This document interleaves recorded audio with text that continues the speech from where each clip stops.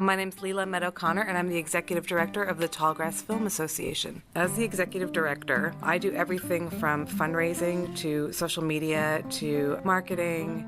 Everything that needs to be done, I pretty much do. My friend Tim Groover started the festival in 2003. I met him in LA. We were both out there in our early 20s gallivanting around, and Tim moved back here in 2002 and was like, Wichita is ready for a film festival. So Tim called me and he said, do you want to come to Wichita and produce this film festival? And I was like, sure, okay, I have no idea what that means, but yes, I'll do it. And I didn't really look back. Came out here and we did the festival that year, and we sold out the Warren Old Town Theater, had lots of filmmakers here, and it was just a really fun party, and everybody responded really well to it. The festival's grown a lot. This October will be our 11th year. Over the years, the attendance has grown. Last year, we had almost 12,000 people, which was great. People finally now recognize what the festival is and the value of what it brings to the city. Last year, we screened 190 films, 50 feature films and 140 shorts, and we brought in 30 filmmakers. Basically, you're going to screenings, you're listening to filmmakers talk, you're going to filmmaker roundtables, meeting filmmakers, connecting with them. They're all really open and excited to talk to people in this community. They always say, wow, this festival is amazing. They all walk away being ambassadors for the festival and for the city. Our main theater is the Orpheum, and then we do screenings at the Scottish Rite Theater, the Garvey Center. We use the Public Library, Exploration Place, the Art Museum. We use Rock Island Studios by the Warren.